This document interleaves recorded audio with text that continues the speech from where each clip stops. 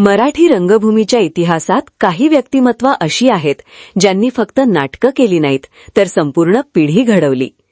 आणि त्या व्यक्तिमत्वांपैकी एक अत्यंत मानाचं नाव म्हणजे सुधा करमरकर. 10 मे ज्येष्ठ नाट्य निर्मात्या, अभिनेत्री आणि मराठी बालरंगभूमीच्या जन्मदात्या सुधा करमरकर यांची जयंती. बालरंगभूमीला स्वतंत्र ओळख मिळवून देणाऱ्या, हजारो मुलांना अभिनयाचे धडे देणाऱ्या आणि मराठी रंगभूमीवर नवा इतिहास घडवणाऱ्या सुधाताईंचं योगदान अतुलनीय आहे. त्यांनी उभारलेलं लिटिल थिएटर हे केवळ एक संस्थान नव्हतं, तर अनेक कलाकारांचं स्वप्न होतं. आजच्या या व्हिडिओमध्ये आपण जाणून घेणार आहोत सुधा करमरकर यांचा प्रेरणादायी प्रवास, त्यांचं बालपण, अभिनय, बालरंगभूमीसाठी केलेलं कार्य आणि मराठी रंगभूमीवर त्यांनी उमटवलेला अमिट ठसा. व्हिडिओ शेवटपर्यंत नक्की पहा. सुधा करमरकर यांचं मूळ घराणं गोव्याचं होतं, मात्र त्यांचा जन्म मुंबईमध्ये 10 मे 1934 रोजी झाला. त्यांचे वडील तात्या आमुणकर हे गिरगावातील साहित्य संघ या नामांकित नाट्यसंस्थेशी संलग्न होते, त्यामुळे घरातच कला, संगीत आणि नाटकाचं वातावरण होतं. लहानपणापासूनच सुधाताईंना नाट्यसेवेचं बाळकडू मिळालं. त्यांचे वडील आपल्या दोन्ही मुलींना, सुधा आणि ललिता, गाणं आणि नाट्य शिक्षणासाठी पाठवत असत. त्या काळात सुधा करमरकर यांना पार्श्वनाथ आळतेकर यांच्या कला अकॅडमीमध्ये दाखल करण्यात आलं. त्यानंतर त्यांनी प्रसिद्ध नृत्य शिक्षक पार्वती कुमार यांच्या मार्गदर्शनाखाली नृत्य शिक्षण घेतलं. वयाच्या अवघ्या 18 वर्षांत त्यांनी भरतनाट्यम या शास्त्रीय नृत्य प्रकारात प्रावीण्य मिळवलं होतं.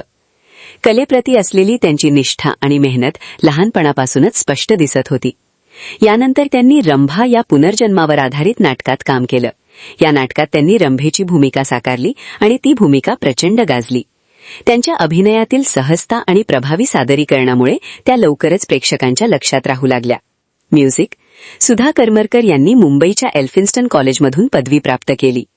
यानंतर प्रसिद्ध दिग्दर्शक दामू केंकरे यांनी त्यांना मुंबईतील जे स्कूल ऑफ आर्ट्समध्ये आपल्या नाटकातून काम करण्यासाठी दाखल करून घेतलं.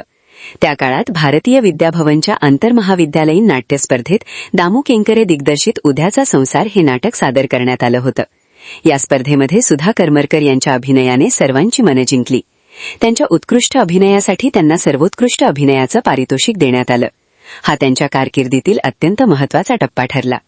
मात्र सुधाताईंची स्वप्न केवळ अभिनयापुरती मर्यादित नव्हती.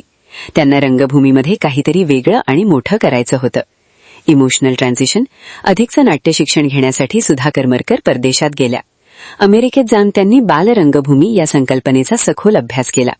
तिथे त्यांनी मुलांची नाटकं पाहिली, त्यांच्या सादरीकरणाची पद्धत पाहिली आणि बालनाट्याचा मुलांच्या व्यक्तिमत्व विकासावर होणारा परिणाम समजून घेतला. आणि तिथेच त्यांनी ठरवलं, भारतात परतल्यानंतर आपण बालरंगभूमीसाठी काम करायचं. सुधाताई मायदेशी परतल्या आणि मराठी रंगभूमीचा इतिहासच बदलला. त्यांनी साहित्य संघाच्या सहकार्याने बालरंगभूमी लिटिल थिएटर या संस्थेची स्थापना केली. ही संस्था पुढे मराठी बालनाट्य चळवळीचं केंद्र बनली. सुधाताईंनी मोठ्या प्रमाणात बालनाट्य आणि प्रौढनाट्य प्रशिक्षण शिबिरांचं आयोजन केलं. या शिबिरांमधून अनेक मुलांनी अभिनयाचे धडे घेतले. आज मराठी रंगभूमी आणि चित्रपटसृष्टीत काम करणारे अनेक कलाकार हे सुधाताईंचे विद्यार्थी राहिले आहेत. त्यांनी फक्त कलाकार घडवले नाहीत, तर आत्मविश्वासी व्यक्तिमत्व तयार केली.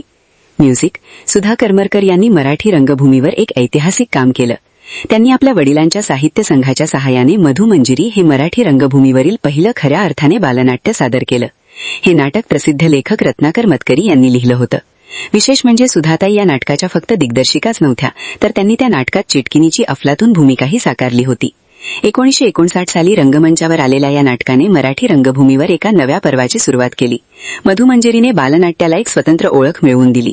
याच नाटकामुळे बालनाट्य हा एक स्वतंत्र प्रवाह म्हणून पुढे आला. सुधाताईंनी बालनाट्याला केवळ मनोरंजन म्हणून पाहिलं नाही, तर मुलांच्या कल्पनाशक्तीला चालना देणारं आणि त्यांना घडवणारं माध्यम म्हणून त्याकडे पाहिलं. Soft music.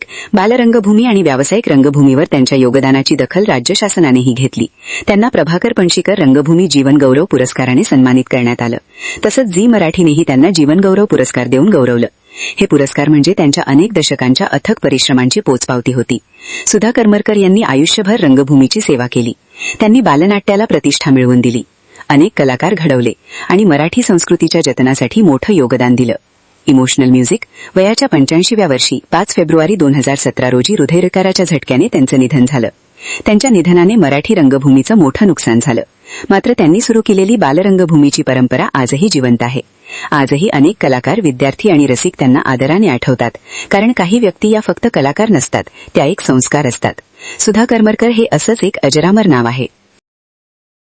10 मे सुधा करमरकर यांच्या जयंतीनिमित्त त्यांना विनम्र अभिवादन. मराठी बालरंगभूमीला नवी दिशा देणाऱ्या या महान व्यक्तिमत्वाचं कार्य कायम प्रेरणा देत राहील. तुम्हालाही सुधा करमरकर यांच्या कार्याबद्दल काय वाटतं ते कमेंटमध्ये नक्की सांगा. व्हिडिओ आवडला असेल तर लाईक, शेअर आणि चॅनलला सबस्क्राईब करायला विसरू नका. धन्यवाद.